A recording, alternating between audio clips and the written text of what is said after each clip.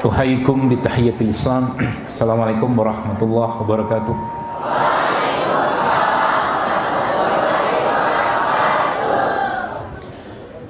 Alhamdulillah allazi anzala sakinata fi qulubil mu'minin liyazdadu imanan ma'a imanihim walillahi junudus samawati wal ardi wa kana Allahu aliman hakima.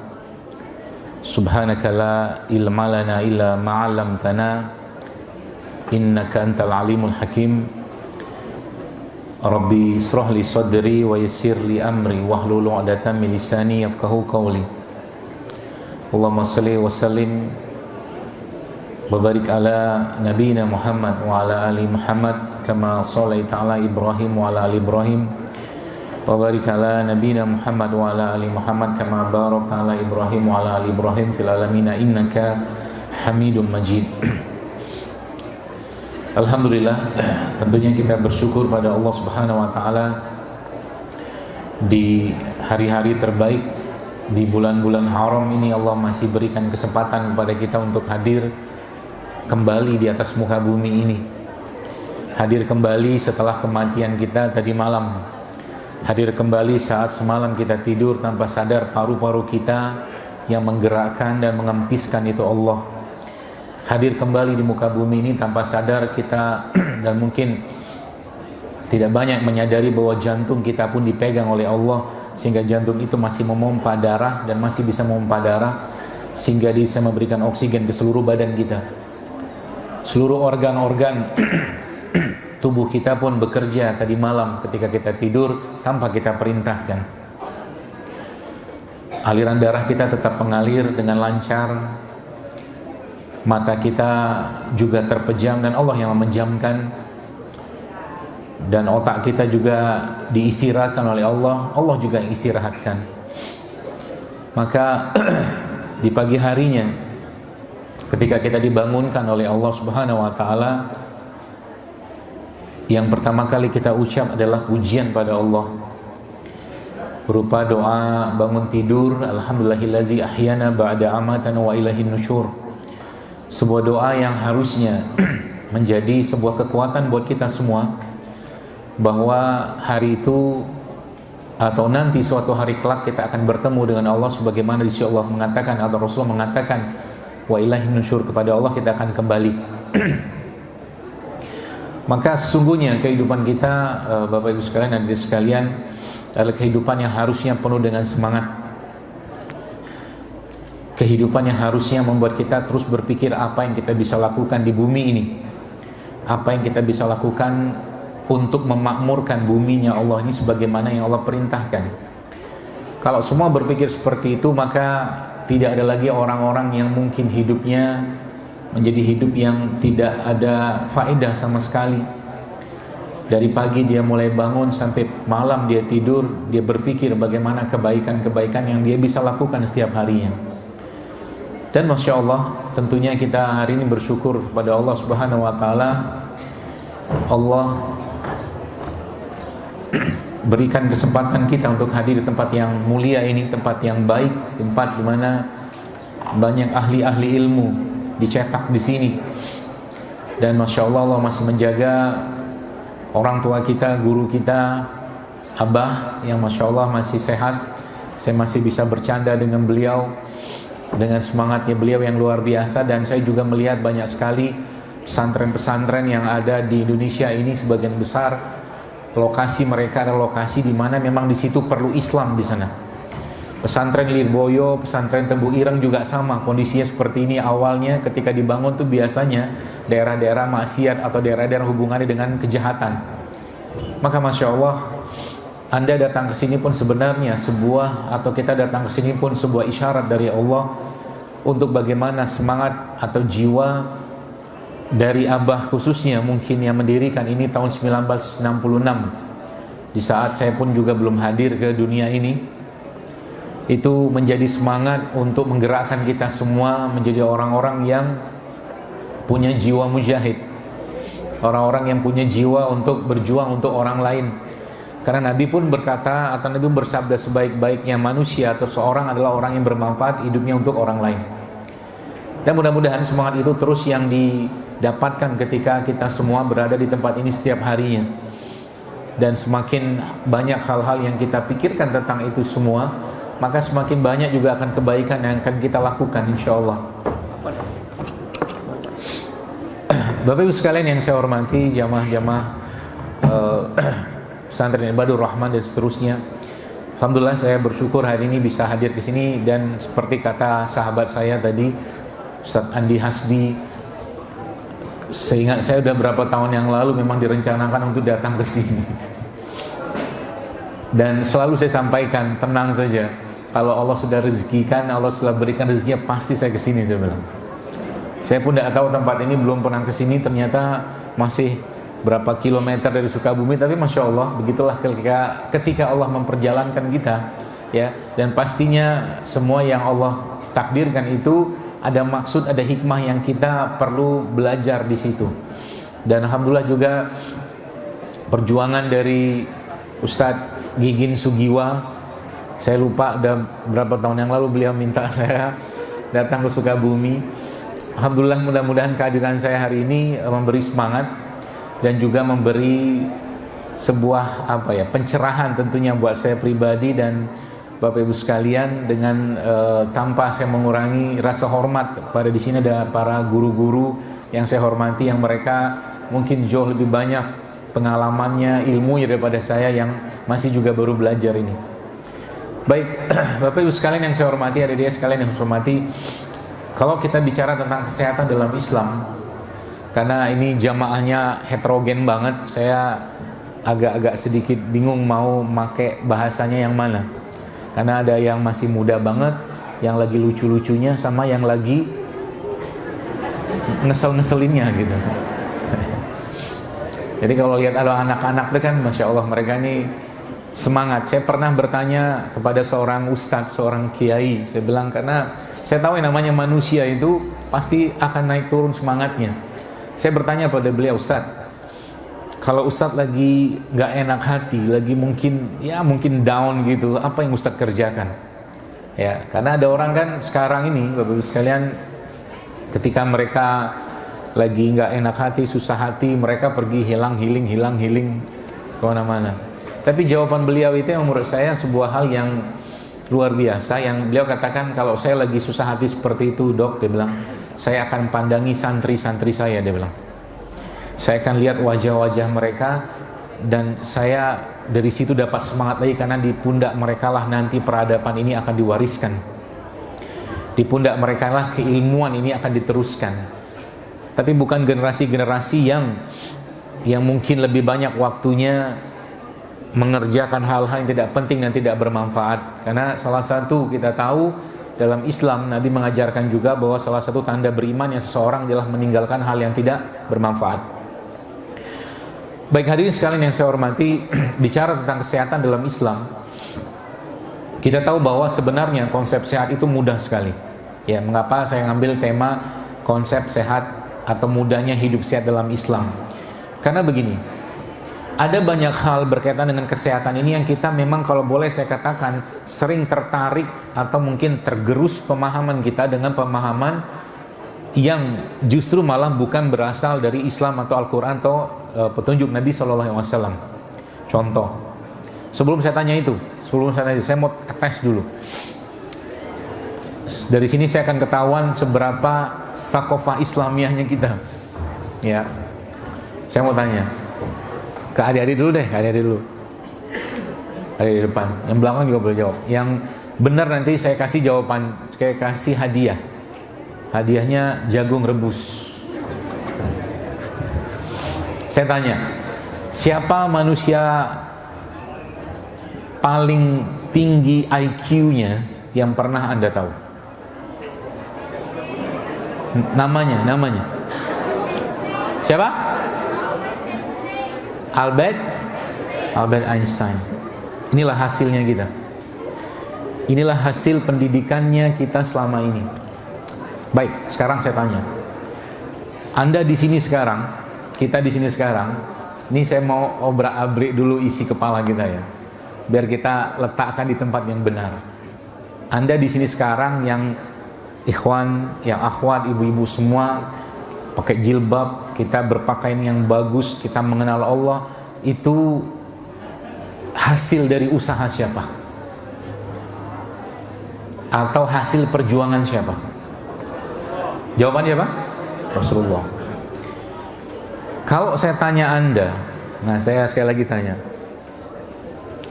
mana pintar dan gak layak dibandingkan antara Rasulullah dengan orang tadi itu? Harusnya jawaban kita bukan Albert Einstein. Gak ada apa-apanya itu orang.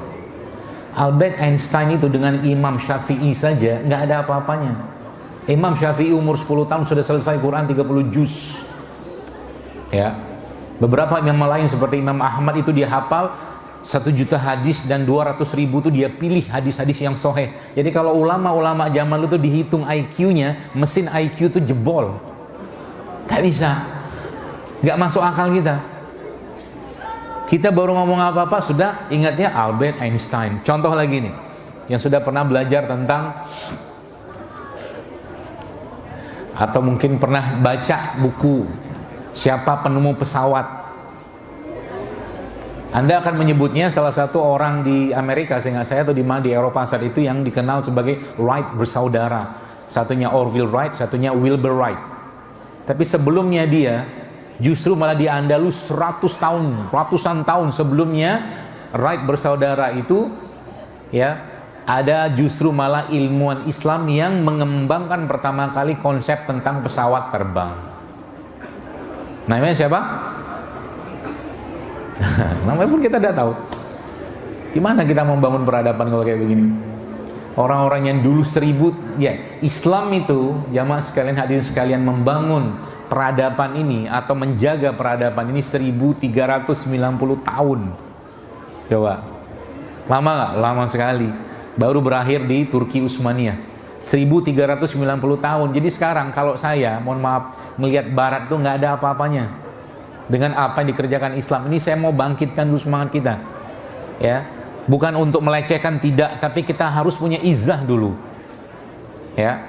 Kalau Anda sekarang buka Maps atau buka Google itu, Anda ketik Apple Office, ya, kantornya Apple, perusahaan handphone itu dan laptop itu, kantornya bulat, ya, adanya di California. Kalau dibuka itu Apple Office bentuknya bulat, spiral, bulat.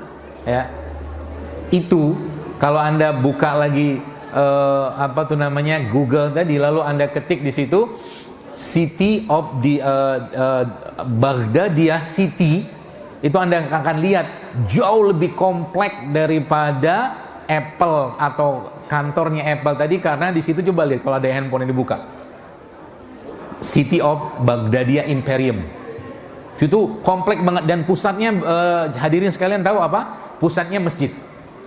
Jauh lebih kompleks daripada sekedar kantornya Apple. Ya. Jauh lebih kompleks. Nah, ini jadi masalah, ya. Kenapa jadi masalah? Karena akhirnya kita nggak pede dengan Islamnya kita. Kita nggak pede dengan apa yang sudah dikerjakan pendahulu kita zaman dulu. Sekarang kalau ditanya superhero, baik, saya cerita superhero. Kalau ditanya Spider-Man, Batman, semua tahu, bisa buang-buang segala macam gitu kan. Tapi pernah kita tahu superhero dalam Islam itu seperti apa? Banyak.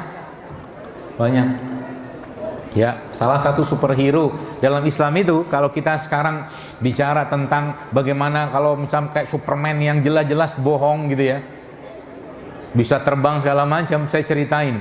Kalau Anda baca penaklukan Istana Madain Soleh, ya, Istana Madain itu yang di Persia saat itu kita tahu saat itu pasukannya Sa'ad bin Abi Waqqas radhiyallahu anhu bertempur, ya, sejumlah mereka saat itu berjumlah 30.000 orang bertempur dengan kurang lebih sekitar 100.000 pasukannya Persia saat itu. Dan yang menariknya apa? Karena mereka punya iman yang luar biasa, 30.000 pasukan itu dengan kuda-kuda mereka, dengan onta mereka harus menyeberangi sungai. Dan subhanallah, kisahnya di situ disebutkan bahwa, dan ini bukan kisah Israiliyat, Sa'ad bin Abi Waqqas dengan pasukannya, dengan kuda-kuda mereka, dengan onta-onta mereka, mereka semua berjalan di atas air tanpa mereka tenggelam di situ untuk menyeberangi sungai. Masuk akal, tapi terjadi. Ya, bahkan yang luar biasanya apa? Yang luar biasanya salah satu pasukannya Sa'ad bin Waqqas itu kehilangan gelasnya. Lalu dia berdoa di situ, ya, Kehilangan gelasnya karena terseret arus di sungai Tigris saat itu. Dan yang terjadi apa? Yang terjadi, dia berdoa, kemudian dengan izin Allah gelas itu bisa kembali lagi. Gelas doang. Gak masuk akal, tapi itulah hero dalam Islam. Ya, orang-orang yang hidupnya memang punya semangat untuk membela agama, ya, berbuat kebaikan sebanyak-banyaknya. Itu, ya. Bicara tentang rumah sakit zaman sekarang, ya, gak ada apa-apanya dengan rumah sakit yang dibangun di zaman peradaban Islam saat itu, yang sampai detik ini di dunia saya belum pernah lihat ada rumah sakit yang bednya atau kursi atau tempat tidurnya ada 8.000 tempat tidur, dan ada satu rumah sakit di zaman peradaban saya di dinasti Abbasiyah saat itu bertahan selama 800 tahun dengan 8.000 bed dengan semuanya gratis. Gak ada apa-apanya. Ya. Itu kan sejarah, betul. Kita tahu dalam kaidahnya sejarah itu berulang kalau kita mau pelajari. Ya, kalau kita mau mempelajarinya. Kadang-kadang kita nggak belajar. Bahkan urusan muamalah saja, kadang-kadang kita lihat, teman-teman, Bapak Ibu sekalian, hadirin sekalian sering melihat kan, kalau Anda melihat barang, lalu ditulis barang yang sudah beli tidak bisa dikembalikan, ada kan? Itu melanggar kaidah syar'i sebenarnya. Melanggar kaidah fikih sebenarnya. Karena dalam Islam justru malah itu ada hukum dalam Islam yang kita boleh mengembalikan, namanya khiyar. Khiyar, boleh dikembalikan. Ya, nah itu salah satu contohnya supaya kita merasa memang betul-betul lengkaplah agama Islam ini gitu loh.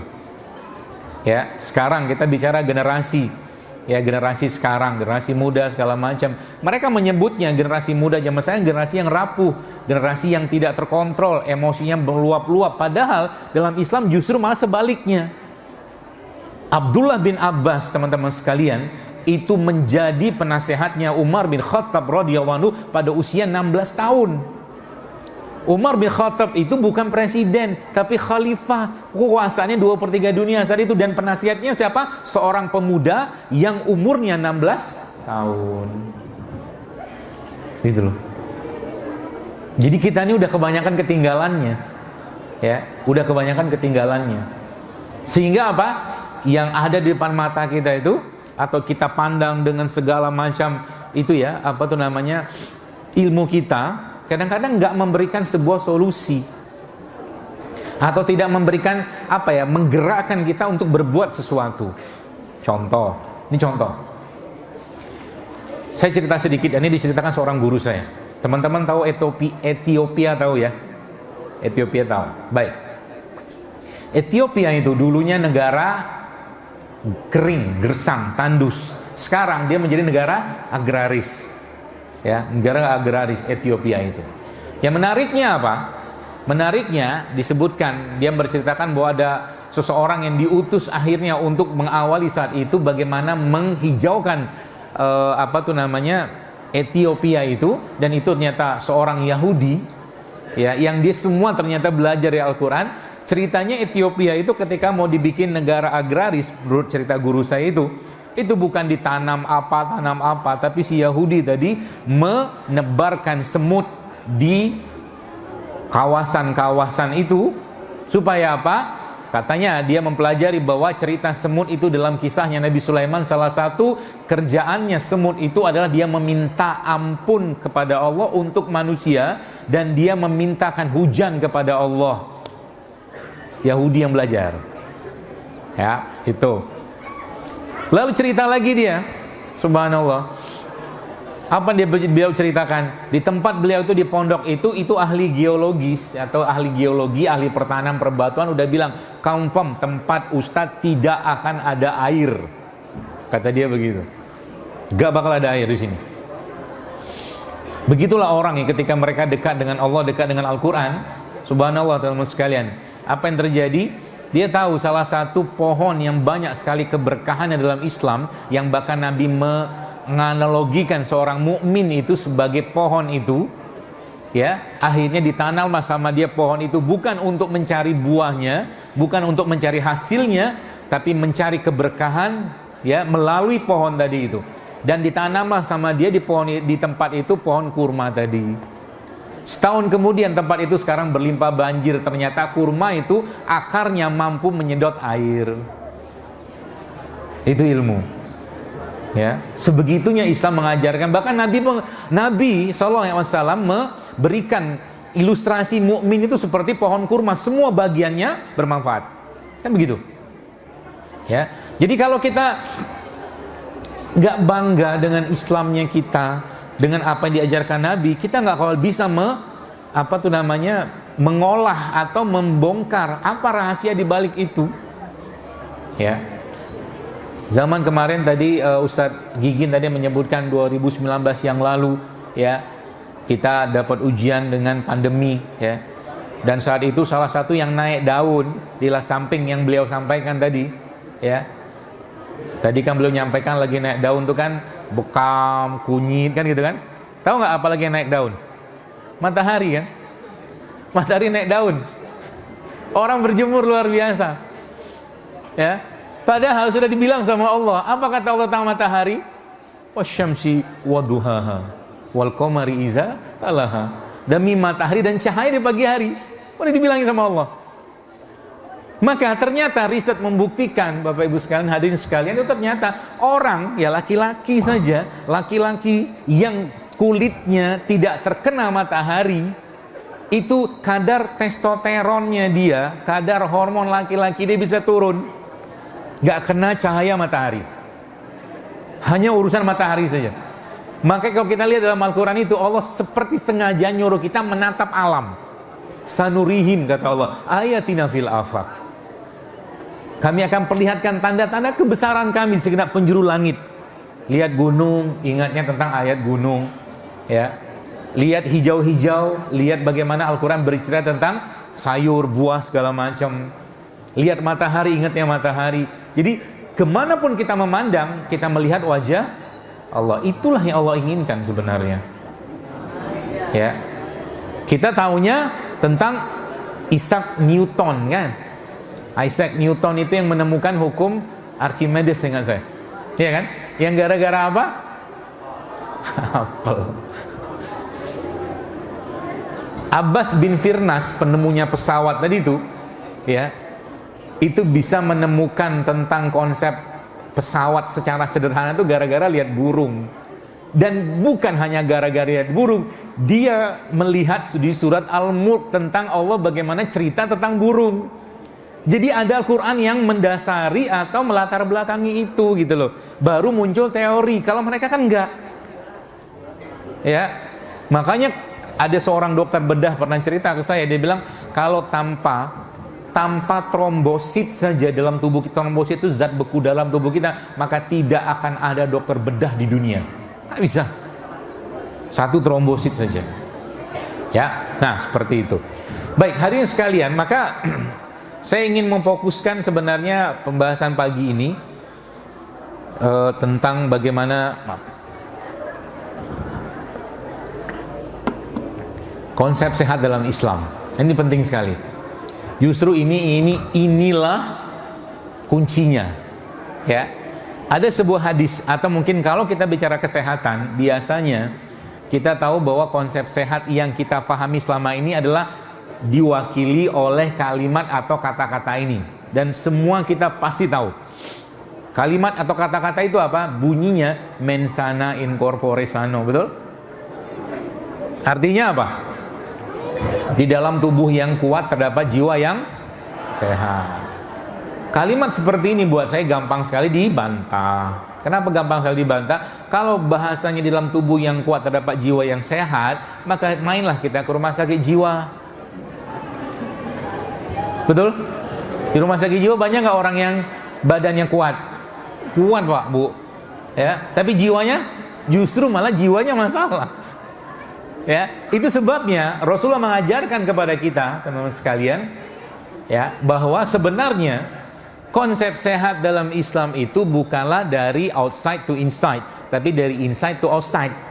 Bukan dari luar ke dalam seperti tadi itu, ya. Tubuh dulu, raga dulu, baru tubuh atau jiwanya, tapi justru malah jiwa atau hatinya dulu yang sehat, barulah raga itu akan mengikuti. Ya, seperti itu. Bicara tentang tadi yang orang manusia paling pintar tadi. Jadi dalam benak pikiran kita sekarang, saya mau install dulu teman-teman sekalian sebelum kita balik ke yang tadi. Jadi kalau Anda ditanya sekarang siapa manusia paling pintar di dunia, maka jawabannya adalah Rasulullah Shallallahu Alaihi Wasallam. Titik, nggak ada lagi yang lain. Hanya Rasulullah. Di bawahnya Nabi siapa? Atau di bawahnya Rasulullah siapa manusia paling pintar berikutnya? Para Nabi dan para Rasul. Ya, itu nomor 2. Jadi yang pertama dari Rasulullah, ya Shallallahu Alaihi Wasallam, kemudian Nabi dan Rasul. Yang ketiga siapa? Para sahabat. Itu manusia paling pintar. Ya. Siapa lagi habis itu baru masuk ke generasi setelahnya mereka yang Nabi katakan khairun nasi qarni summal ladzi yalunhum summal ladzi yalunhum. Generasi terbaik itu kata Nabi, generasiku setelahnya tabi'in dan tabi'ut tabi'in. Itu manusia paling pintar. Ya, kepintaran mereka tidak akan mampu kita bayangkan. Ya, dengan mungkin pikiran kita zaman sekarang. Ya, sangat pintar. Saya kalau cerita tentang kepintaran atau kecerdasan mereka ini sulit dibayangkan. Jadi dan saya kadang-kadang mikir dalam perspektif saya saja, itu apa yang mereka makan. Ya, apa yang mereka makan. Saking luar biasanya imam-imam atau ulama zaman itu mereka tuh lihat begini doang hafal, lihat begini doang hafal, lihat begini doang hafal, coba.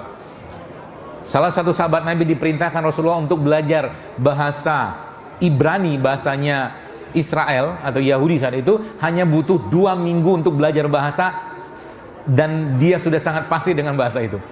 2 minggu. Ya. Kita kayaknya 4 tahun pun tidak kelar-kelar S1. Ya. Baik. Kembali ke pembahasan tentang kesehatan tadi. Nah, makanya Nabi memberikan arahan kepada kita Bapak Ibu sekalian, bahwa sebenarnya kalau kita bicara kesehatan, maka kesehatan itu tidak lain tidak bukan mulainya dari sebuah hadis yang Nabi menjelaskan, ala wa inna fil jasad mudghah, kata Nabi. Iza solahat solaha jasada kullu wa iza fasadat fasada jasada kullu. Kata Nabi SAW, dalam tubuh manusia itu terdapat segumpal daging. Kalau dia baik, baiklah semua. Dia rusak, rusaklah semua. Ya. Dan daging itu kata Nabi SAW adalah kolbu atau hati. Ya. Maka bab tentang ya kesehatan itu ya nggak bisa lepas dari urusan kolbu, nggak bisa lepas dari urusan perasaan, nggak bisa lepas dari urusan emosi seseorang, nggak bakal bisa. Itu konsepnya. Ya. Jadi sekarang kenapa saya melihat banyak ya anak-anak remaja gitu ya, mereka cenderung rapuh misalkan, ya cenderung mereka gampang sekali, mungkin orang sering sebutnya generasi strawberry, apapun lah itu namanya itu, yang saya pun nggak suka dengan sebutan itu. Kenapa bisa seperti itu? Karena hatinya tidak dididik, kolbunya tidak diasah. Ya, kalau itu semua kita sudah pahami, baik sebagai orang tua atau kita sendiri, maka sebenarnya penyakit itu ya itu tidak lepas atau bisa sangat kita mudah obati. Contoh begini, ada seorang ibu pernah ketemu saya, dia sudah kemoterapi, seingat saya sudah 3 atau 4 kali. Ya, dia bilang begini ke saya, Bu, kok ibu kuat sekali bertahan kayak begini? Saya bilang, karena kemo tuh nggak gampang, kemoterapi. Lalu saya katakan, dia mengatakan, ya dia katakan begini, kalimat dia itu membuat saya, benar juga sih. Saya nggak nganggap saya itu sakit, dokter, dia bilang. Saya nggak menganggap diri saya sakit. Bahkan saya menganggap orang yang sakit flu, padahal dia kanker, itu jauh lebih berat daripada saya. Kata dia begitu. Woi, canggih nih ibu, saya bilang. Ya. Nah, itu sebenarnya muncul gara-gara apa? Ya, atau asbab dari apa? Hati memang sudah terdidik, terjaga, ikhlasnya dapat, sabarnya dapat, tawakalnya dapat, pasrahnya dapat, baik sangkanya dapat, semua dapat. Ya. Itu sebabnya kalau kita bicara tentang hati atau bicara tentang kolbu ini Bapak Ibu sekalian, hadirin sekalian, maka tidak akan lepas tadi lagi dari emosi. Emosi. Seorang, contoh begini. Ini saya takut nyinggung Abah soalnya. Soalnya Abah dulu pernah asam urat sama rematik. Ada orang, contoh begini ya. Dia makan emping sebiji. Empingnya sebiji. 1 gitu ya. Habis makan emping, tiba-tiba asam uratnya naik. Banyak gitu? Banyak. Apa ada orang makan emping satu potong kecil coba, habis makan emping, nah asam uratnya melesat luar biasa, 7,5, 8, sakitnya luar biasa. Ini kira-kira sebabnya apa? Ya, sebabnya apa? Dalam apa yang saya pelajari, ya, kemungkinan sebabnya itu bisa jadi dari dirinya atau dari orang lain. Dari orang lain dulu misalkan, waktu dia makan emping itu, yang ngasih emping, lihat, yang ngasih emping bilang sama dia, sudah tahu asam urat, sudah tahu apa tuh namanya emping begini-begini bikin asam urat segala macam, masih juga dimakan sambil ngomel-ngomel misalkan. Akhirnya emping tadi ada racun, ya, racun dari kalimat yang ngasih emping tadi, sehingga empingnya menjadi emping beracun. Ya, itu yang pertama. Lalu yang kedua apa? Orang tadi ketika makan emping tadi sudah curiga duluan. Ini kan kejadiannya sama kayak kambing. Kalau Anda baca data tentang kambing, nggak ada ceritanya kambing tuh bikin darah tinggi, ya kan? Tapi kita dikit-dikit bicara kambing ngomongnya darah tinggi lah, kolesterol segala macam. Kambing sering dikambing hitamkan, Kiai. Jadi kita harus putihkan nama kambing ini. Ya, Nabi suka kambing, Nabi makan kambing, ada masalah tuh. Ya, begitu. Akhirnya apa? Racun emosi atau racun kata atau perasaan yang dirasakan oleh seseorang itu jauh lebih banyak daripada benda fisiknya itu sendiri. Ya. Jadi hati-hati, terutama yang, mohon maaf, mudah-mudahan bukan kita dan mudah-mudahan bukan orang yang ada dalam tempat ini yang biasanya suka ngebully. Bulian itu, ya, kalau yang terima bulian sudah siap dengan kelemahan hatinya untuk menerima bulian tadi, maka kalimat bulian tadi itu akan menjadi seperti bom buat dia yang meluluh lantakkan seluruh organ tubuhnya, seperti sihir gitu loh. Jadi hati-hati ngebully. Ya, kenapa? Kalau yang dibully tadi, misalkan dia nggak kuat ginjalnya, kalimat bulian tadi itu bisa membuatnya gagal ginjal. Ya, kalimat bulian tadi bisa membuatnya sesak nafas. Ya, kalimat bulian tadi itu bisa membuatnya apa? Nggak bisa jalan. Itu terjadi, saya temukan itu bukan sekali dua kali. Itulah dahsyatnya racun hati ini. Ya, dan Nabi sudah memberikan pedoman kepada kita atau Al-Quran. Ya, jadi kalau ada orang begitu, apa atau jawaban Al-Quran? Faiza khatabahumul jahilun, kata Allah, qalu salama. Kalau ada orang bodoh ngomongin tentang kita, katakan salam perdamaian buat ente. Saya nggak ada urusan sama Anda. Ente mau ngomong apa aja terserah. Ya, terserah. Itu cara kita melindungi hati. Sebab apa? Contoh nih ya, ketika orang tuanya misalkan berkarakter atau punya karakter yang tidak pede, maka kalau ini tidak dibekali dengan agama, maka anaknya juga akan punya karakter yang nggak pede.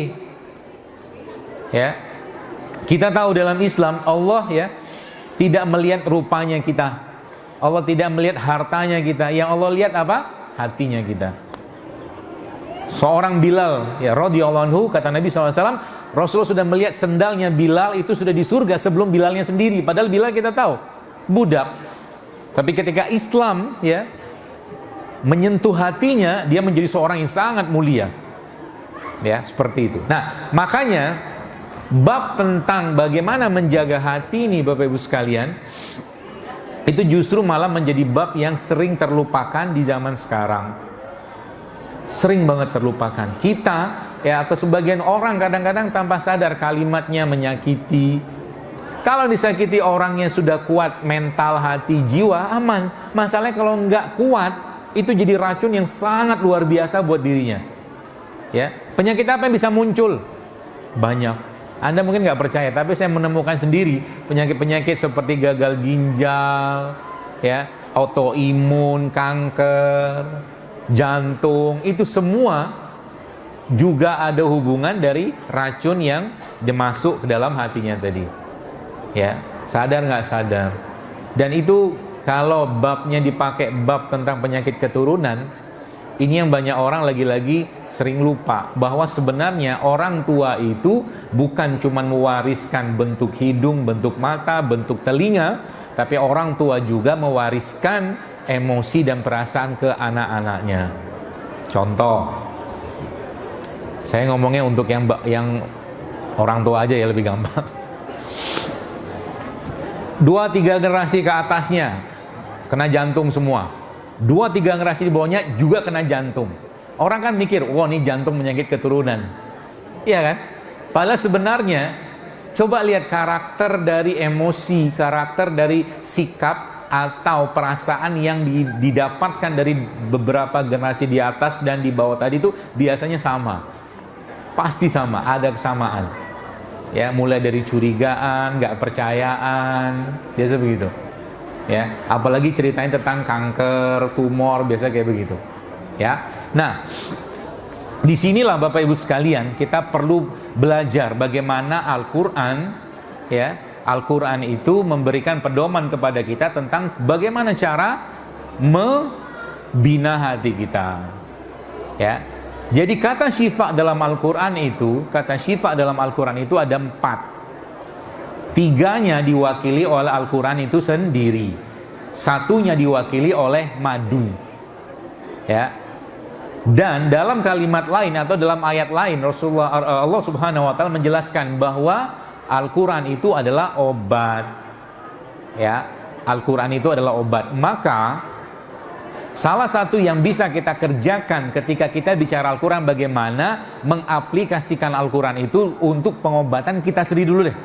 Contoh nih mungkin, ya, ketika kita membaca Al-Quran, duduk dulu sebentar, diam dulu sebentar, lalu bicara dengan Allah dalam bentuk niatan-niatan kita kepada Allah Subhanahu wa taala. Ya Allah, jika ada penyakit curiga dalam diriku ini, maka hilangkan dengan Al-Quranmu ini. Jika ada penyakit nggak pede dalam diriku ini, hilangkan dengan Al-Quran. Apapun itu bentuk penyakitnya, minta sama Allah untuk Al-Quran tadi membersihkannya. Ini cara paling gampang. Ya, jadi kalau baca Quran itu jangan langsung baca aja, diam dulu sebentar, duduk, luruskan niat, ikhlaskan niat, kuatkan niat. Itu dulu. Sehingga nanti apa? Al-Quran itu akan mengokohkan diri kita, Bapak sekalian. Ya, Al-Quran itu akan memberikan semacam ketenangan. Ya, contoh mungkin sekarang nih, penyakit yang banyak ditemukan di masyarakat sekarang, mereka nyebutnya anxiety atau kecemasan. Cemas itu lawannya apa? Tenang kan? Lihat dalam Al-Quran, Allah bilang kata ketenangan dalam Al-Quran itu kan sakinah, as-sakinah. Maka lihat ayat-ayat yang berhubungan dengan atau ada mengandung kata sakinah, kita lihat di sana apa saja. Lalu ayat tadi, ya, bagaimana para ulama zaman dulu, ya, mengajarkan kepada kita semua. Anda baca ayat tadi sambil Anda pegang dada Anda, kepala Anda, pikiran Anda, atau mungkin minimal dada lah, sambil dipegang dada itu, baca ayat-ayat tadi. Itu salah satu implikasinya supaya apa? Cemas tadi itu bisa hilang. Karena cemas sendiri kita tahu itu adalah berasal sebenarnya dari was-wasnya syaitan. Kan gitu. Lebih susah ngobatin cemas daripada kejahatan setan itu sendiri. Kenapa saya bisa ngomong begini? Lihat surat Al-Falaq dan An-Nas. Surat Al-Falaq itu bunyinya gimana? Qul a'udzu birabbil falaq min syarri ma khalaq. Kita berlindung kepada Allah, baru sekali kita berlindung. Qul a'udzu birabbil falaq, Rabb yang menguasai subuh, kan gitu. Min syarri ma khalaq, dari kejahatan subuh. Jadi sekali kita minta atau nyebut nama Allah untuk kejahatan di waktu subuh. Tapi menariknya di surat An-Nas 3 kali kita nyebut Allah. Coba lihat. Qul a'udzu birabbin nas, malikin nas, ilahin nas. 3 kali. Rabbin nas, ilahin nas, malikin nas. 3 kali kita sebut, ya, Allah di situ untuk urusan penyakit yang berhubungan dengan was-was. Min syarril waswasil khannas, kan? Ya, seperti itu. Ya. Itu baru 1 surat, ya.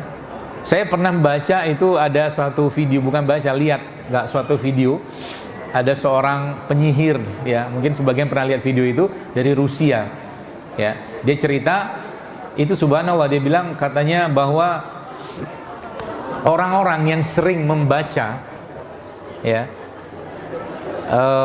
kalau nggak salah itu kalimat dia itu la ilaha illa anta subhanaka inni kuntu minaz zalimin, dan satu lagi orang-orang yang sering membaca la haula wala quwata illa billah atau la ilaha illallah, itu susah banget mereka ditembus sihir, kata penyihir tadi itu, ya. Jadi inilah salah satu tanda, ya, ketika jiwa atau hati seseorang itu sehat, Bapak sekalian, maka memang benteng kita itu adalah hati itu dan iman kita tadi. Raga ini hanya mengikuti saja, hanya mengikuti saja, ya. Nah, makanya para ulama juga pernah menyebutkan bahwa yang namanya manusia kita ini kan tidak akan lepas dari hati yang sering naik turun perasaannya. Maka mereka menyebutkan bagaimana cara untuk memperbaiki hati atau mood yang bermasalah itu, ya. Maka mereka mengatakan salah satu resepnya adalah dengan cara perbanyaklah melakukan amalan-amalan yang tersembunyi, ya. Itu salah satu resepnya. Jadi contoh begini, Anda lagi susah hati, gusar, gitu ya. Anda pergilah keluar, ya, luar sekolah, luar rumah, carilah orang susah. Ya, Anda bawa air putih saja, mungkin air mineral 1 botol atau 1 gelas itu, atau Anda beli makanan, berikan itu pada dia, hanya dia, Anda sama Allah yang tahu. Itulah amalan tersembunyi maksudnya. Ya, jadi kalau lagi mau ujian, ya, ini saran saya nih, lagi mau ujian, ini gimana cara mikirnya ya, gimana cara belajar, gimana cara ngapal segala macam. Salah satu resep yang biasa saya sampaikan atau mungkin saya dengar dan saya pun praktekkan sendiri adalah perbanyaklah melakukan amal rahasia atau amal tersembunyi. Itu akan menenangkan hati kita, ya. Itu sebabnya kita tahu bahwa salah satu hadis yang menyebutkan bahwa surga itu ada pintu-pintunya, yang saat itu berkaitan dengan seorang manusia yang mulia, itu Abu Bakar As-Siddiq radhiyallahu anhu. Itu kan disebutkan dalam sebuah liqo pagi, pertemuan pagi, Nabi kan bertanya, siapa yang pagi ini sudah mensolatkan jenazah? Ada seorang yang angkat tangan, saya ya Rasulullah. Ada tanya lagi, siapa pagi ini yang sudah bersedekah kepada fakir miskin atau yatim? Dia angkat tangan lagi. Siapa yang hari ini sudah mengunjungi orang sakit? Orang itu angkat tangan lagi. Itu pagi dalam kondisi subuh, ya. Artinya ini orang sudah beraktivitas ibadah kebaikan dari malam, ya. Sehingga ulama menyebutkan salah satu cara untuk mendapatkan atau memberikan atau kita meraih surganya Allah, kalau bisa dalam 1 kali seumur hidup kita pernah melakukan 3 atau 4 amalan ini. Mengunjungi orang sakit, mensolatkan jenazah, ya. Kemudian memberi makan anak yatim, ya, itu. Sama memberi makan fakir miskin, ingat saya. 4 itu dalam 1 hari, ya. Itu cara yang paling mudah untuk apa? Menenangkan hati, ya. Kenapa? Karena memang was-was yang ditimbulkan zaman sekarang ini, Bapak-Ibu sekalian, itu benar-benar bikin kita kadang-kadang kelabakan, ya. Saya kemarin bertemu dengan seorang ibu-ibu, dia bawa hasil lab panjang banyak sama saya, ya. Terus dia tanya, dokter, ini saran dokter gimana? Dia bilang, penyakit. Setelah saya tanya-tanya, ternyata penyakitnya nggak berat-berat amat, tapi was-wasnya luar biasa, ya. Batu empedu kecil, ya. Terus disampaikan kepada ibu tersebut bahwa ini lebih bagus operasi, gitu kan. Saya bilang urusan operasi atau tidak terserah ibu lah, saya bilang. Tapi masalahnya bukan masalah ini batu empedunya, tapi masalahnya ibunya cemas luar biasa, ya. Lihat hasil lab ibu cemas, dengar kata si fulan ibu cemas. Ini masalah, saya bilang. Sampai saya bilang sama ibu itu kata-kata pamungkas saya bilang begini, tenang aja Bu, saya bilang. Dengan atau tanpa penyakit ini, ibu pasti mati. Saya juga mati, tenang aja. Ya kan? Kita mati bukan karena penyakit, kita mati karena memang udah ajal. Kita meninggalkan karena ajal, bukan karena penyakit. Terus apa yang ditakutin?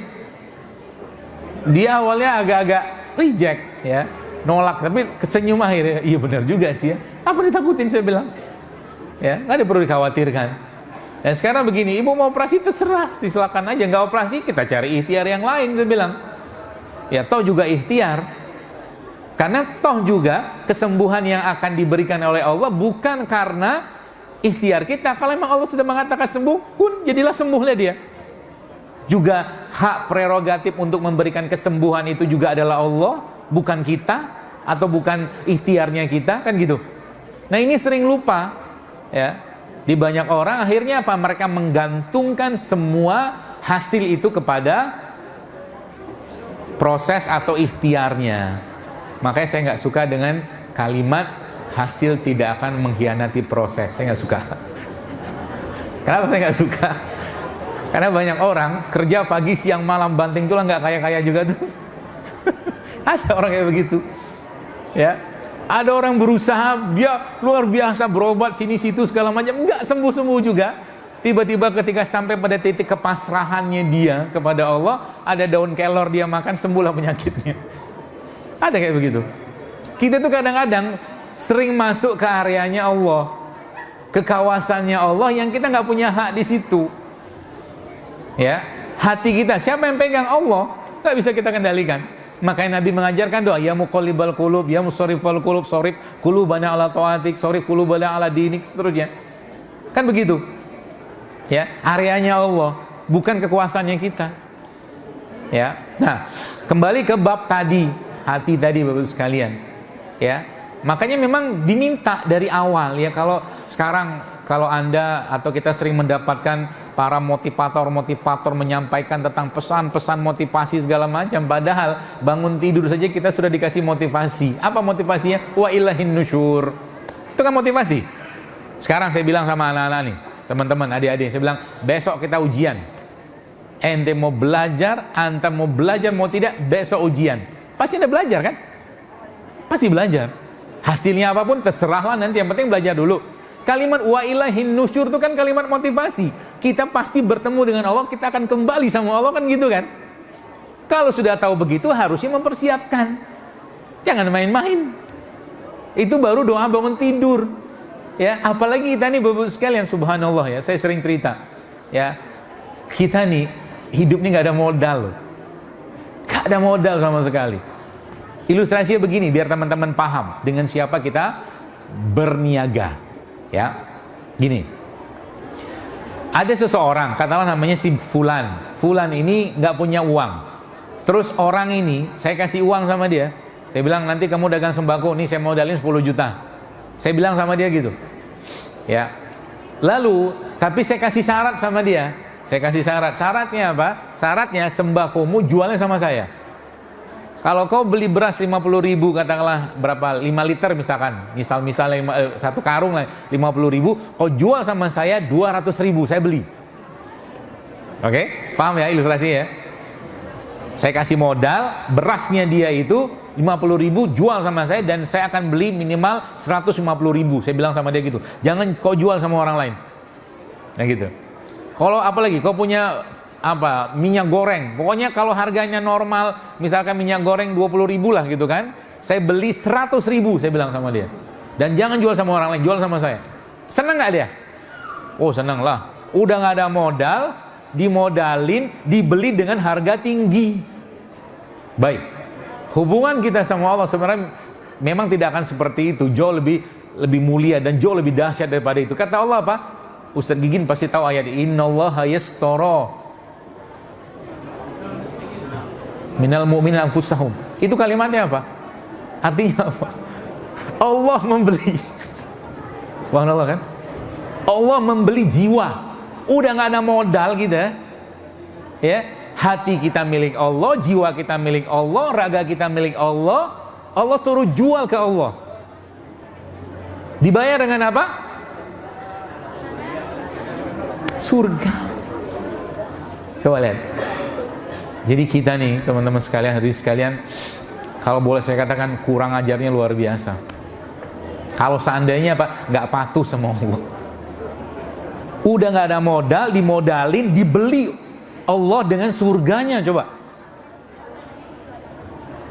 Ya, dibeli Allah dengan surganya.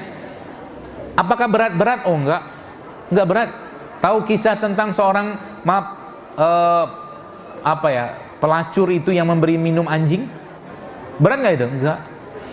Cuman ngasih minum anjing itu doang, Kata Nabi SAW, itu wanita diampuni dosanya oleh Allah Subhanahu Wa Taala.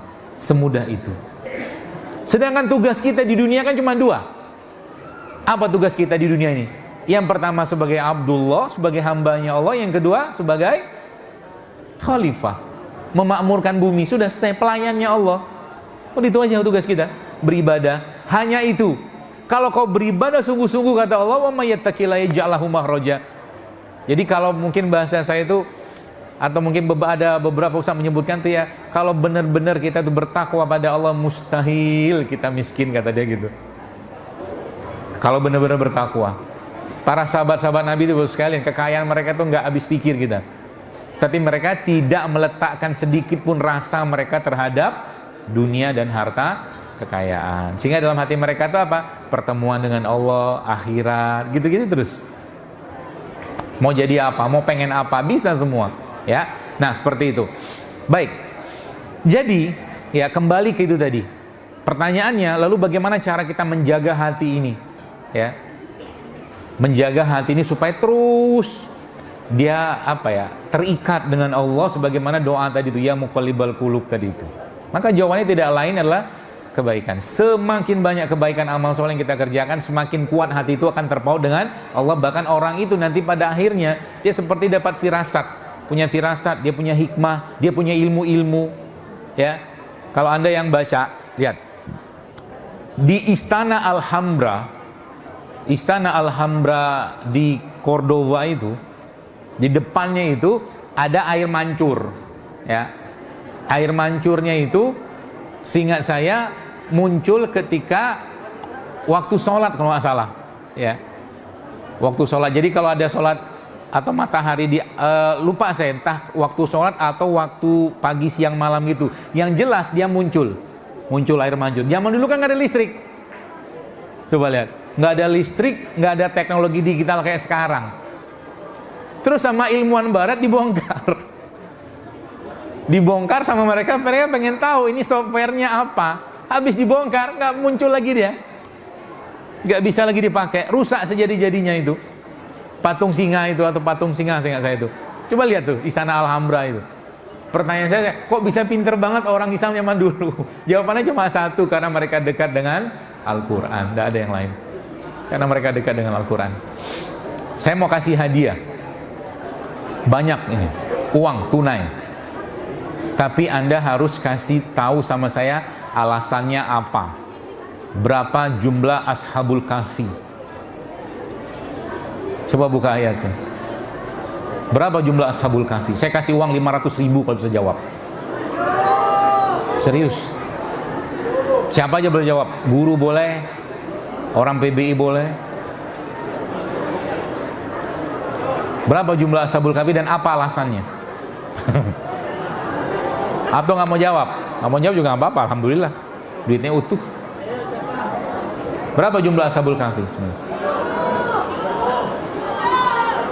Kenapa 7?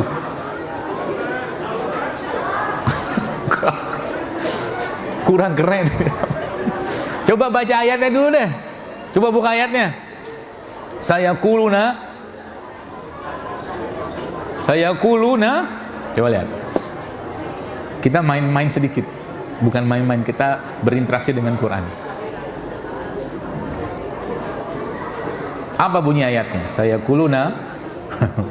Kok saya jadi lupa? Hari Jumat kan, kita ngulik-ngulik Al-Kahfi. Udah ketemu Ustaz Gigit? Ayatnya? Lumayan 500.000 hadiahnya.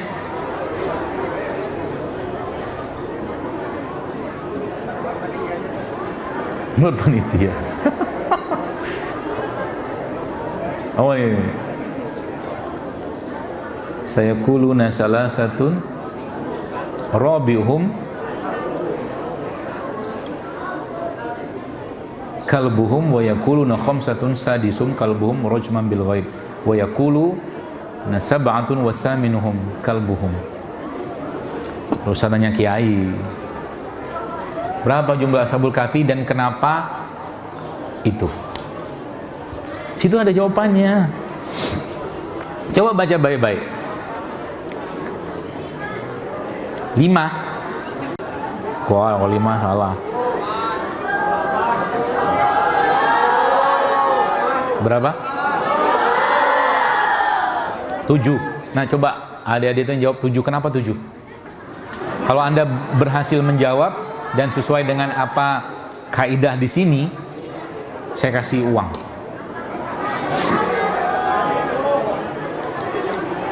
Dari mentadaburnya dari itu ya, dari ayat itu ya, nggak usah pakai yang lain-lain.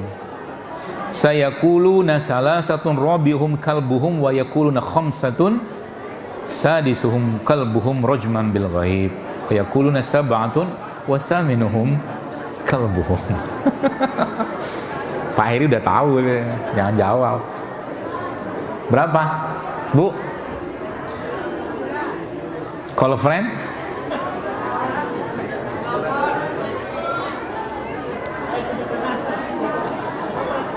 Apa sudah? Nyerah? 17.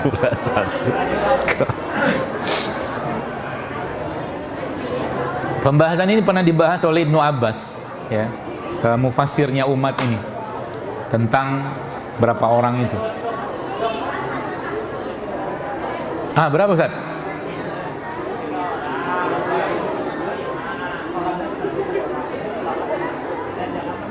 Alasannya kenapa?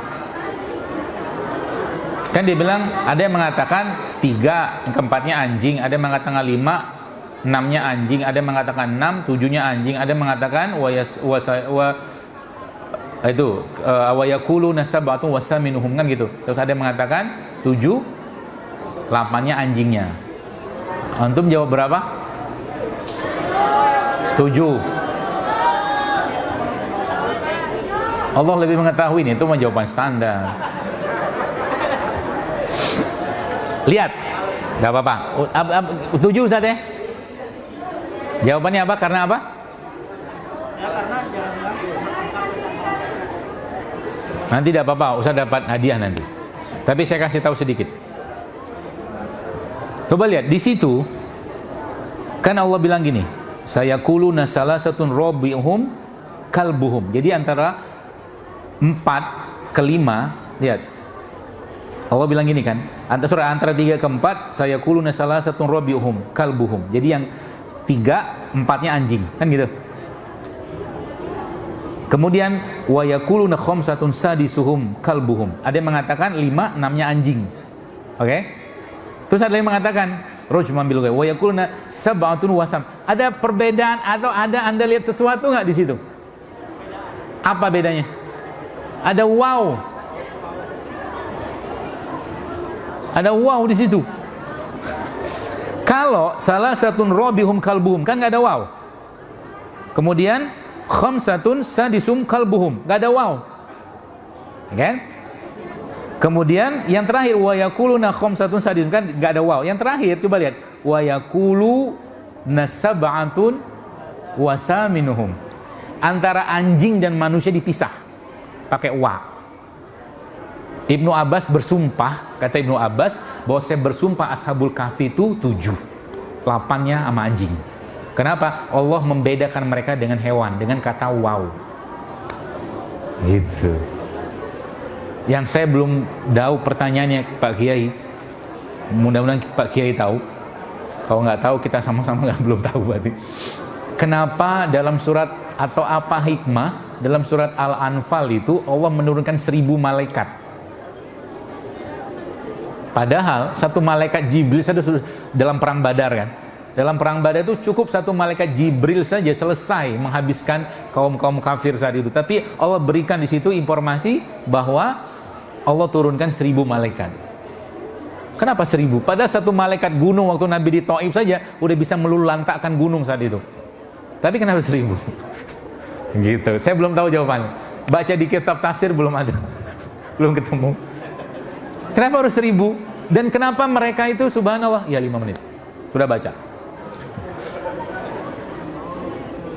Terus kenapa harus pakai tanda kalau yang di apa tuh namanya di perang Badar itu kan yang matinya dibunuh atau dihabisi sama malaikat kan punya tanda, jarinya putus. Ada itu. Di situ lagi ada pelajaran hujan. Di perang Badar itu ada pelajaran hujan. Ya, apa fungsi hujan di situ disebutkan. Ya, gitu ya. Baik. Jadi kesimpulannya, karena waktu sudah selesai juga, maka bab tentang apa tuh namanya tazkiyatun nafas ini Bapak Ibu sekalian, dihadirin sekalian, atau menjaga hati, menjaga kesucian, ini justru malah menjadi bab yang luar biasa. Sekarang saya mungkin sampaikan kepada Bapak Ibu sekalian bahwa dunia barat itu karena mereka mentok, ya, karena mereka mentoknya apa? Ketika mereka berhubungan dengan sesuatu yang sifatnya hati, itu mereka menggunakan istilah meditasi, ya, meditasi. Sedangkan Islam justru malah kita punya banyak sekali perangkat-perangkat yang sangat luar biasa untuk membersihkan hati itu. Mulai dari zikir, ya, sedekah, sholat malam. Bahkan Nabi menyebutkan sholat malam itu mengusir penyakit, membersihkan hati. Ya, jadi tools atau perangkat yang Allah berikan kepada kita itu sebenarnya banyak banget, cuman tidak atau belum kita manfaatkan. Ya, itulah fungsinya kita perlu gali lagi. Kita pelajari lagi bagaimana Islam mengajarkan atau bagaimana Rasulullah memberikan pedoman kepada kita tentang itu. Ya. Supaya apa? Supaya generasi ke depan ini bukan generasi yang cuman sehat secara raga tapi rapuh secara hati. Ya. Yang kita inginkan adalah justru malah hatinya yang kokoh. Gitu. Bagaimana caranya? Ya dibikin programnya, ya. Seperti itu. Saya kira mungkin begitu, sudah habis waktunya. Wallahu a'lam bishawab. Saya kembalikan lagi pada Ustadz Andi Hasbi. Mudah-mudahan apa yang saya sampaikan bermanfaat karena waktu memang tidak terlalu banyak. Mungkin nanti bisa disambung lagi di kajian kita ba'da asar nanti insyaallah di Masjid Agung Sukabumi. Demikian, assalamualaikum warahmatullahi wabarakatuh.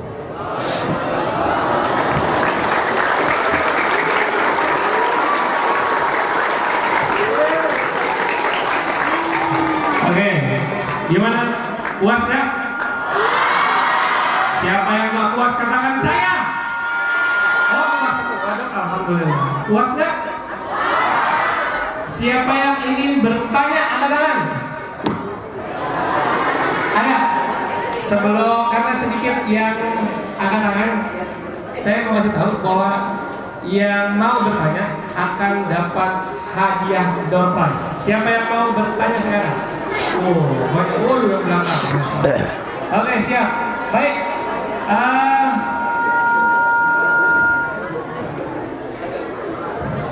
Oke, baik. Izin dong. Ya. Sebentar, masih di atas dulu. Dinikmati air jahe. Habis. Baik, anak-anak semua. Ada beberapa pertanyaan ya, yang nanti boleh diajukan. Nanti akan dijawab oleh Dr. Zainul Akbar. Yang pertama dari yang Putri dulu. Yang Putri. Oke, dari Ibu Guru ya dulu ya. Siap, Ibu panitia. Iya. Ibu sebutkan nama, kemudian ya di situ aja boleh Bu. Nama terus passwordnya segala macam. Silakan Ibu. Assalamualaikum warahmatullahi wabarakatuh. Jazakumullah Dr. Zainul Akbar atas penjelasan pada pagi hari ini yang cukup menarik. Alhamdulillah. Ada yang saya ingin tanyakan dok, terkait mungkin ini dialami juga sebagian dari ibu-ibu ya, karena saya juga ibu-ibu. Saya pernah ke dokter bertanya tentang masalah kulit, gitu ya, masalah kulit setelah melahirkan. Setelah melahirkan itu kulit saya itu sedikit kering, gitu ya. Kemudian bertanya ke dokter, kata dokter, ibu pakai skincare apapun, gitu ya, tidak akan cocok ataupun tidak akan tidak perubahannya tidak terlalu signifikan. Ibu silakan konsultasi ke dokter kandungan karena ini terkait dengan hormon katanya, gitu ya dok ya, terkait dengan hormon. Nanti mungkin ada pemeriksaan darah, dilihat hormonnya seperti apa, dan ibu mungkin nanti akan diberikan obat. Kalau ini dibiarkan, kata dokter tersebut, nanti ketika usia ibu semakin bertambah akan merusak juga jaringan otot, gitu.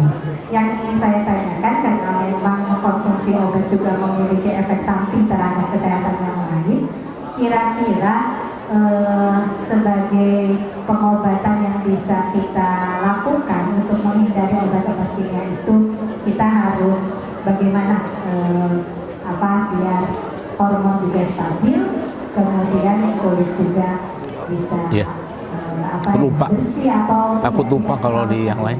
Mungkin itu Dok yang bisa saya tanyakan. Terima kasih atas waktunya. Assalamualaikum warahmatullahi wabarakatuh. Waalaikumsalam warahmatullahi wabarakatuh. Beri tepuk tangan dulu dong. Oke, Ibu. Nanti panitia tolong langsung diberikan hadiahnya kepada Ibu guru kita tercinta. Baik Dok, tadi pertanyaannya sudah dipahami ya? Baik. Silakan Dok. Ibu ngajar apa, Bu?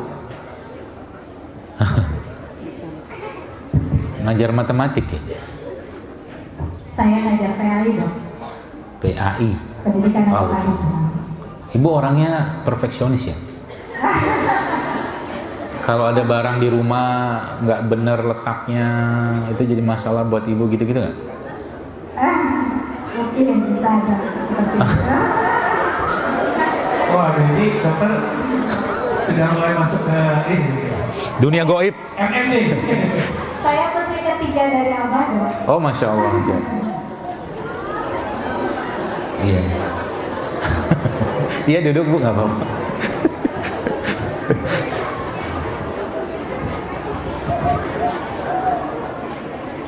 Jadi saya jawab gini tuh sebenarnya banyak jurusnya. Jurus paling gampang ya jurus fisik. Bahwa sebenarnya ya masalah kesehatan tubuh kita itu sebagian besar yang saya tahu ya itu bermula dari masalah di perut atau pencernaan. Kalau mungkin bahasa lebih dalamnya lagi adalah ketakseimbangan bakteri di dalam perut, atau mungkin bahasa keren lagi namanya dysbiosis. Nah, itu dari mulai masalah kayak kulit, kemudian sampai ke autoimun sekalipun, atau masalah-masalah berat lainnya biasanya nggak lepas dari masalah dysbiosis. Nah, pertanyaannya dysbiosis ini bisa diperbaiki dengan cara apa? Saya menganggap itu karena saya kan nggak lihat, nggak periksa, nggak ada data. Saya cuma menelan data dari ibu saja. Jadi, bagaimana cara memperbaiki dysbiosis? Maka cara pertama adalah hentikan stop yang bikin masalah buat pencernaan tadi. Apa yang bikin masalah di pencernaan itu terutama ke bakteri tadi ya terutama makanan olahan. Dan standar kalau yang dengar ceramah saya biasanya udah tahu tuh terigu lah, gula pasir lah, bagaimana tadi Ustaz Andi Hasbi sampaikan itu, atau pantun kan tadi. Saya juga punya pantun sebenarnya, nanti saya sampaikan di akhir. Tapi bukan pantun ngawur.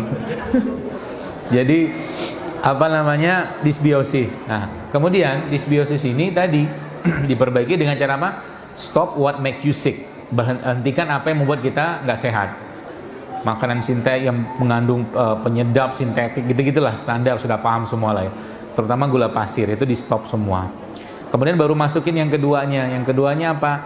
Yang biasanya membersihkan. Membersihkan itu biasanya kalau yang saya sarankan tuh kayak air kelapa. Coba dirutinkan minum. Nah, air kelapa itu salah satu yang bagus kalau minum air kelapa, campurin madu di dalam kelapanya itu. Di dalam kelapanya, sebagaimana kemarin tadi malam saya bikin postingannya itu, dari dalam batok kelapanya itu dimasukin madu. Kalau perlu Anda tambahkan sedikit jeruk nipis, sedikit aja. Ya, itu bisa. Itu untuk membersihkan.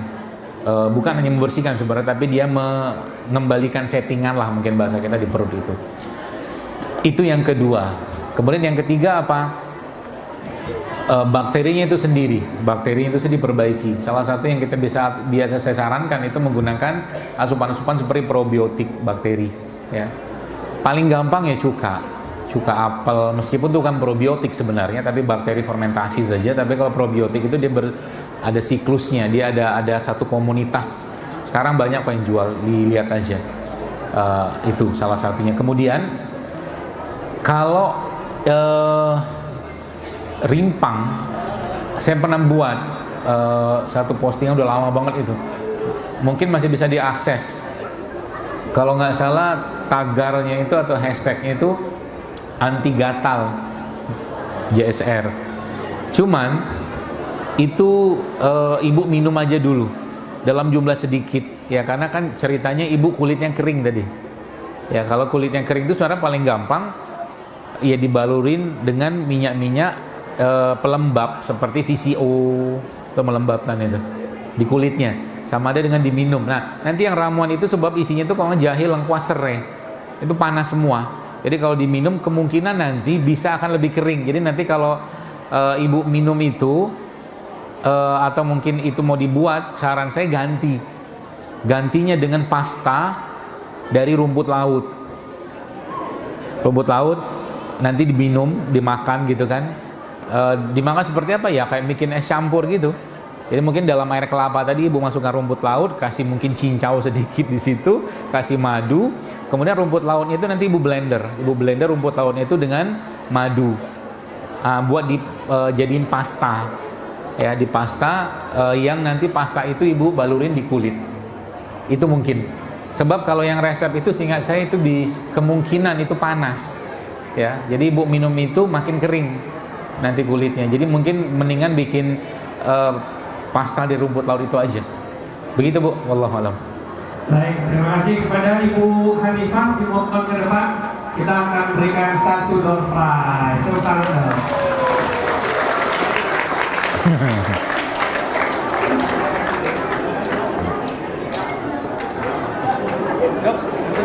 Antum lah.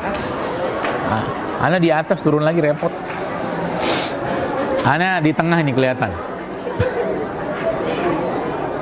Baik, untuk selanjutnya dari anak-anak ya. Yang Ikhwan dulu, Ikhwan. Anak-anak bilang anak. Ada? Oke, siap. Mic-nya. Ya, silakan berdiri, sebutkan namanya dan kelas berapa ya.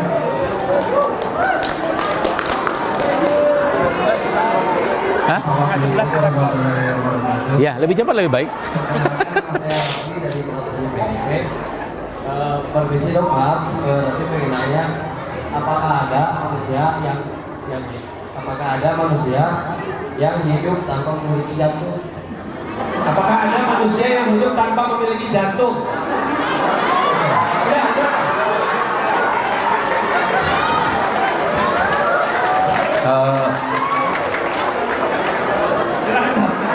Saya sebenarnya bingung. Pertanyaan ini sebenarnya mengarahnya kemana ya? Maksudnya apa yang antum inginkan dari pertanyaan ini? Iya. Enggak, maksudnya ada pengalaman apa, sesuatu yang sifatnya sampai mengeluarkan pertanyaan yang sebenarnya itu nggak perlu ditanyakan. Mic-nya tolong dikasih. Coba mic yang mana?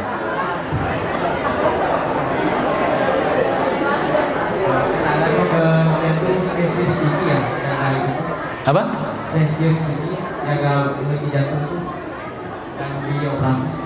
Ada cerita dok di online itu beredar, ada salah satu orang yang ketika dioperasi lalu dokter bedahnya melihat tidak ada jantungnya itu tidak ada gitu. Fiksi apa? Hah? Masih hidup? Ini beneran ada? Ada. Orangnya masih ada?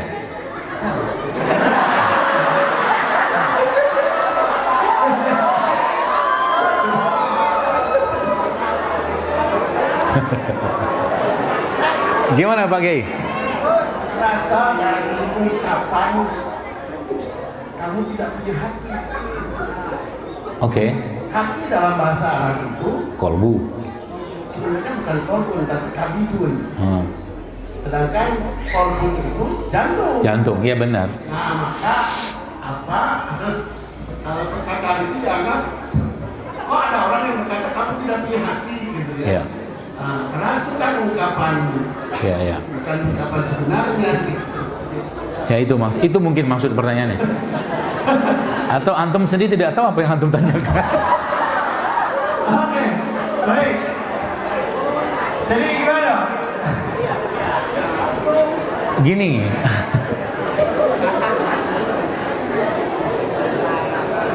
Saya malah justru penasaran latar belakang beliau bertanya itu apa.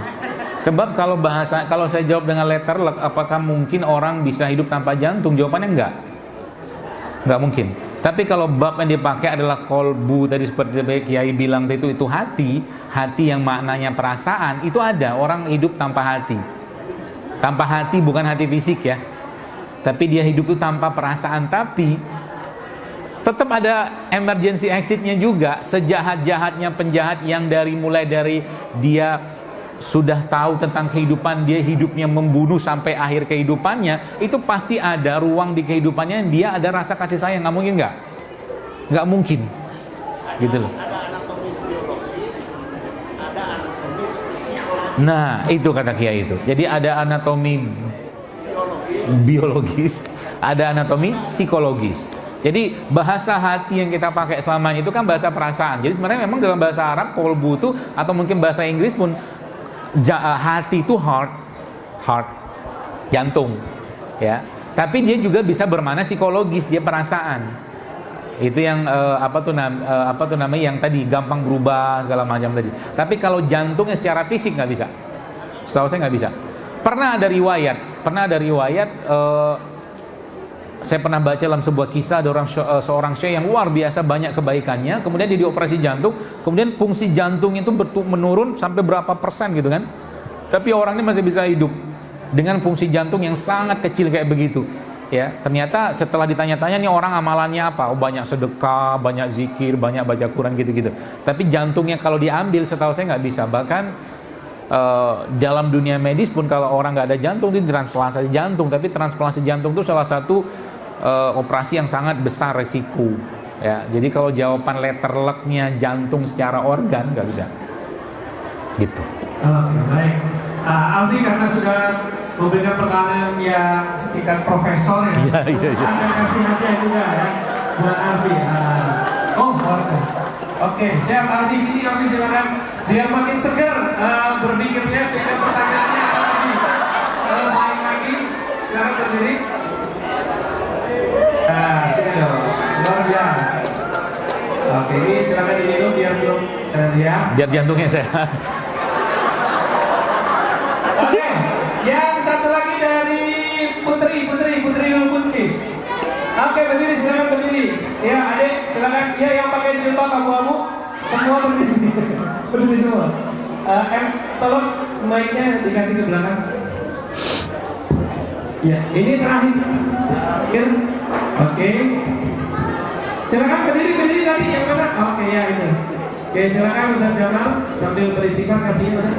Itu ngasih mic Ustaz, bukan kasih mahar. Tolong diperhatikan betul ya. Oke. Iya, baik. Silakan Adik. Bukan namanya ya.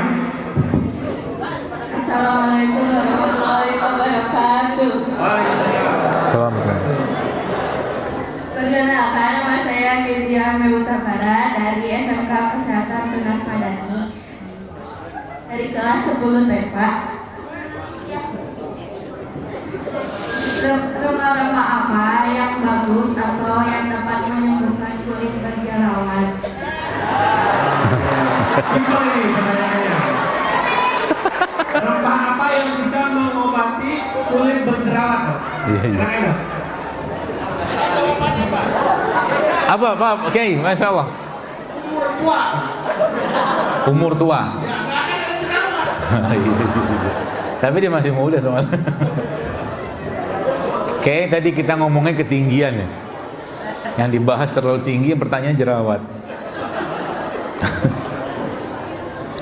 Jerawat itu, ini kalau saya jawabnya perspektif holistiknya ya, adalah manifestasi lagi-lagi balik ke pencernaan yang bermasalah. Nggak jauh-jauh dari situ. Percaya sama saya. Jadi kulit kita itu sebenarnya ekspresi dari masalah yang ada pada perut. Udah itu aja sebenarnya. Artinya kalau perutnya dibenerin, dia bener sendiri itu. Saya biasanya kalau safar-safar begini, kalau biasanya makannya nggak bener, itu pasti muncul jerawat. Entah satu, entah dua. Nanti kalau balik lagi bener makannya nggak muncul ya. Ya. Jadi kalau jawaban umumnya perbaiki perut. Nah, tinggal pertanyaannya memperbaiki perut itu gimana? Itu dia. Ya, sebenarnya kaidahnya sama kayak tadi yang pertanyaan Bu Guru tadi. Ya, tentang bagaimana cara menjaga pencernaan tadi itu. Ya. Nah, lalu bagaimana caranya supaya perut itu tetap sehat? Paling mudah, perbanyaklah asupan serat, tapi bukan minum jus ya. Makan buah. ya. Karena minum jus itu sering banyak jebakan Batman-nya. Contoh mungkin minum jus alpukat, alpukatnya cuma 3-4 kerok, sisanya susu sama gula. Bukan susu lagi, ya, gula semua isinya itu. Gula itu makanannya jerawat. Ya, jadi kalau Anda pengen bebas jerawat, stop atau kurangi makan gula pasir dan segala macam bentuk produknya. Biasanya sangat membantu, ya. Itu yang pertama, serat. Jadi serat itu dari mana? Sayur, buah, tadi rumput laut, lidah buaya itu banyak tuh serat tuh kayak begitu. Ya. Lalu yang kedua apa yang bisa kita lakukan? Biasanya jerawat itu juga ada peradangan. Nah, yang biasanya saya berikan rimpang atau rempah-rempah itu biasanya nggak jauh dari kunyit-kunyitan. Paling gampang. Siapa sih Mbak tadi, adik tadi itu ya? Coba bikin sendiri di rumah. Minum apa? Minum kunyit serai jeruk nipis, ya. Jadi kunyit mungkin segini aja cukup, ya, sejempol atau satu kelingking atau satu telunjuk, segini lah cukup lah. Kelingking sendiri atau telunjuk sendiri, jangan telunjuk orang lain karena telunjuk saya gede, ya. Kemudian itu nanti dipotong-potong, diiris-iris, geprek-geprek, kasih serai mungkin setengah batang gitu ya. Lalu kasih air panas sedikit, terus kasih jeruk nipis, nanti kasih madu, coba diminum tiap hari. Itu membantu setahu saya, ya, urusan perperutan yang nanti akan memperbaiki jerawat juga, gitu. Terus nanti buat jerawatnya diapain? Topikalnya segala macam itu banyak pastanya. Jadi salah satu pasta yang biasa saya berikan, tapi itu tergantung, tidak semua orang cocok juga, ya. Beberapa pasta yang terbuat dari misalkan alpukat gitu kan, campur dengan madu, nanti bisa buat diolesin, itu juga bisa, daripada beli yang sintetik gitu. Begitu. Baik, terima kasih. Tepuk tangan dong buat Dr. Siti Rahman.